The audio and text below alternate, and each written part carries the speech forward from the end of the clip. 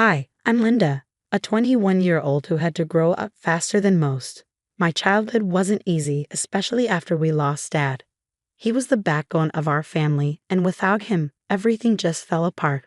I had dreams like any other teenager, finishing high school, maybe even going to college. But reality hit hard and fast.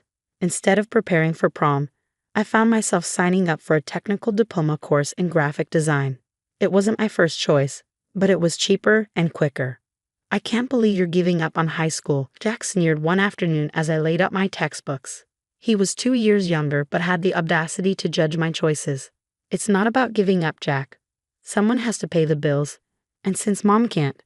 My voice trailed off, the weight of our situation settling on my shoulders like a concrete slap. "You could have tried harder, maybe gotten a scholarship or something," he muttered, turning back to his video games.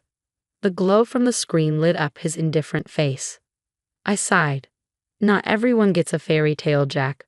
This is what we have, and I'm making the best of it." Our mother, a shadow of her former self since Dad passed, hardly ever left her room these days.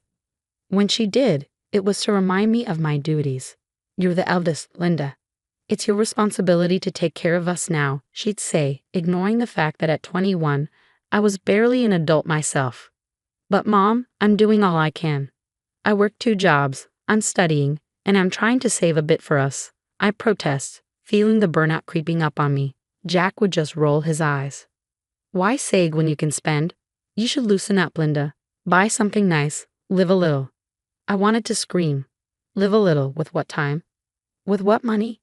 Instead, I kept quiet. One evening, as I balanced our dwindling finances, trying to figure out how to stretch my latest paycheck, Jack burst in with news. "I passed my exams." "Barely, but yeah, I did it." "That's great, Jack." I managed a smile, genuinely relieved but dreading the inevitable. "Yeah, and now I want to go to college. You'll help with that, right? It's only fair since you didn't go." His words were casual, as if he were asking for something as simple as a ride to the mall. My heart sank. College, with what money? I thought about the little savings I'd scraped together, hidden away for emergencies or maybe, just maybe, a little something for myself. How could I deny him the opportunity, though? Wasn't it my job to sacrifice? As these thoughts swirled through my head, my mother's voice echoed from the doorway. "He deserves this chance, Linda. You'll make sure he gets it, won't you?" The pressure was immense, suffocating. I nodded, feeling the last of my teenage dreams slip away as I took on yet another burden. This was my life. Sacrifice stitched into the very fabric of my existence. As my tailoring business began to pick up, each stitch seemed to promise a better tomorrow. The clatter of my sewing machine was like music, heralding a new era of independence and maybe, just maybe, a bit of security. I'd taken to hiding my savings in a little tin box beneath a loose floorboard under the sewing machine. The only place I felt it was safe from being spent on another one of Jack's whims. One evening, as the sun dipped below the horizon, I lifted the floorboard to deposit another small victory, $50 scraped together from a rush order. But my heart stopped as my fingers felt nothing but empty space. The box was gone. Panic clawed at my chest as I searched frantically around the room, hoping I had merely moved it and forgotten. My search ended abruptly with the heavy steps of my mother entering the room, her face unusually flushed with excitement. "Linda, you won't believe it. Jack has found a wonderful girl. They're getting engaged next month." Engaged? The word felt foreign, distant, drowned out by the ringing in my ears. "Mom, where's the tin box that was here, under of that old thing?" She waved a dismissive hand, her eyes gleaming with a mix of guilt and justification. "I used it, Linda. It was for a good cause. You'll understand." "Use it for what, Mom?" My voice was sharp, the edges of fear and anger blurring. "For Jack's engagement ring, of course. Such a beautiful diamond. It symbolizes hope, a new beginning for our family." "A new beginning," I repeated, hollow. "With my savings? My future?" She took a step back, her eyes narrowing slightly. "Your duty is to this family, Linda. We needed that money. It's better spent on something that brings us all together." That was for me, for my future. How could you? The betrayal burned hotter than the anger, and tears welled up unbidden. "You're being selfish, Linda, always thinking about yourself. This family has given you everything." "Everything." The word escaped me as a bitter laugh. I've given everything, my time, my dreams, my money. What have you given me, Mom? Guilt? Obligations? Linda, you need to calm down. Think of your brother's happiness. My happiness matters too, Mom. Or doesn't that count for anything? She shook her head, disappointment etched into her features. I thought you were stronger than this, more giving. I guess I was wrong. That was the moment I knew I had to leave. The strings that tied me to this home, woven tight with duty and sacrifice, have frayed beyond repair. Mom, I can't do this anymore. I said, my voice steady, the decision clear. I'm leaving. I need to find a place where I'm valued, not just used. Her face crumbled, a mix of anger and desperation. You'll be back. You need us. No, Mom, I don't. With those final words, I packed my essentials. The sewing machine, my loyal companion, was the last thing I loaded into my car. As I drove away, the house shrinking in my rearview mirror, a weight lifted. I was free, heading toward a future I would shape on my terms, stitch by hard-earned stitch. The first night after leaving home was the hardest. I ended up at a small motel, the kind of place you hope never to stay in twice.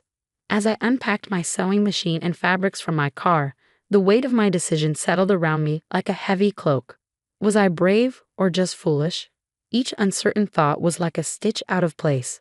But I pushed through, setting up my makeshift workspace on the rickety table by the window.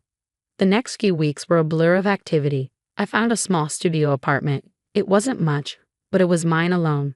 The space was cramped, barely enough for my bed and work area, but it represented something vital. Freedom. Setting up my sewing machine, I felt a renewed sense of purpose. Here, every piece I created was a testament to my independence. Business wasn't easy to come by at first. I spent days visiting local boutiques and coffee shops, my portfolio in hand, pitching my tailoring services. Rejection stung, yet with each no, I felt my resolve harden. Next time, I would tell myself, they'll say yes. And eventually, they did. A boutique owner admired the custom alterations I proposed for her shop's aesthetic and gave me my first big break. As my business began to grow, so did my confidence. I launched a small online store showcasing my designs and alterations. The first time an order notification pinged on my phone, I laughed out loud. It was a sound of pure joy. Orders started to trickle in, and my days were filled with measuring, cutting, and sewing, each piece a building block in the new life I was constructing. I started making new connections, both professionally and personally.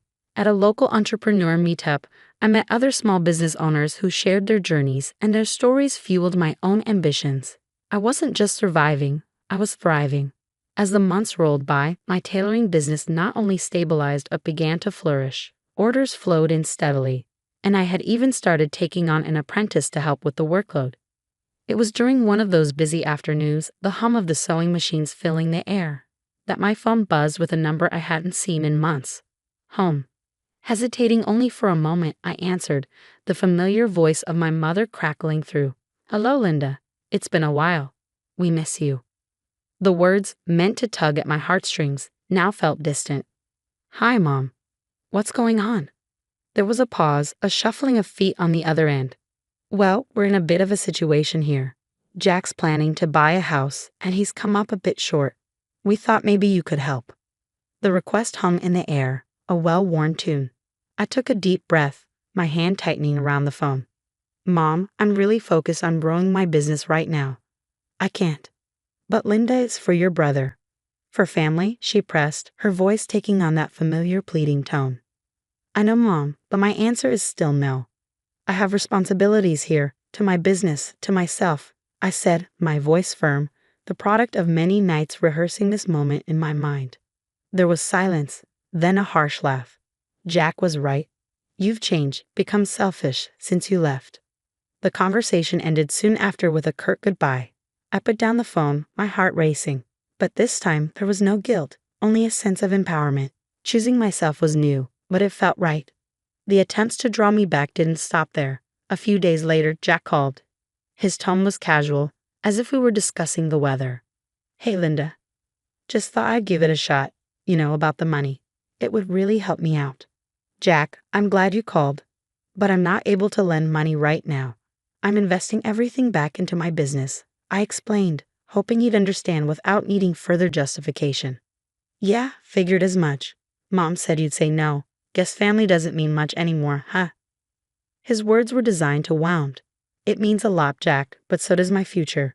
I'm sure you can understand that. I replied, keeping the hurt out of my voice. We hung up with a promise to keep in touch, a promise I knew was as thin as the fabric scraps on my workshop floor. Over time, their calls became less frequent, and I focused on my work, on building connections that were supportive and uplifting. My business thrived, and with each success, the echoes of their pleas faded, replaced by the voices of customers praising my work, the laughter of my apprentice learning the trade, and my own thoughts planning for the future. I had learned that saying no could be just as powerful as saying yes, especially when it came to protecting my dreams and well-being. Each no was a stitch in the fabric of my new life, one that I was determined to tailor to my own design. The evening of the local Small Business Awards was a crisp autumn night, the kind where the air smelled of possibilities. My tailoring shop had been nominated for Small Business of the Year, a recognition I never imagined possible when I first set up my sewing machine in that cramped studio apartment. As I stepped into the banquet hall, a flutter of nervous excitement danced in my stomach. The room buzzed with the chatter of local entrepreneurs and community leaders, their faces glowing under the soft lights. My eyes scanned the crowd, not for familiar faces from my past, but for the new connections I had made, the people who had supported and believed in my vision. When they called my name as the winner, a wave of applause washed over me as I made my way to the podium. The weight of the trophy in my hands felt like a tangible validation of all the nights spent working late, all the decisions made in the solitude of my shop. Thank you, I began, my voice steady but emotional. This award isn't just about the quality of stitches we produce or the fabrics we transform. It's about resilience, about the belief in oneself, and the courage to pursue a dream despite the odds. After the ceremony, as I mingled among well-wishers and fellow entrepreneurs, the sense of pride and accomplishment was overwhelming. It wasn't just about the recognition. It was about having made it on my own terms, about not just surviving, but thriving. As I unlocked the door to my apartment, the quiet hum of my sewing machine greeting me, I felt a deep, resonant peace. I was exactly where I was meant to be, stitching my future with threads of courage and determination. And that was the ultimate victory. That brings us to the end of Linda's journey to independence and self-realization. How do you think you would have handled the situation if you were in Linda's shoes? Would you have made the same tough decisions to cut ties for your own well-being, or would you have tried to mend the relationship despite the challenges? Don't forget to hit the like button if you enjoyed Linda's story and subscribe to the channel for more tales.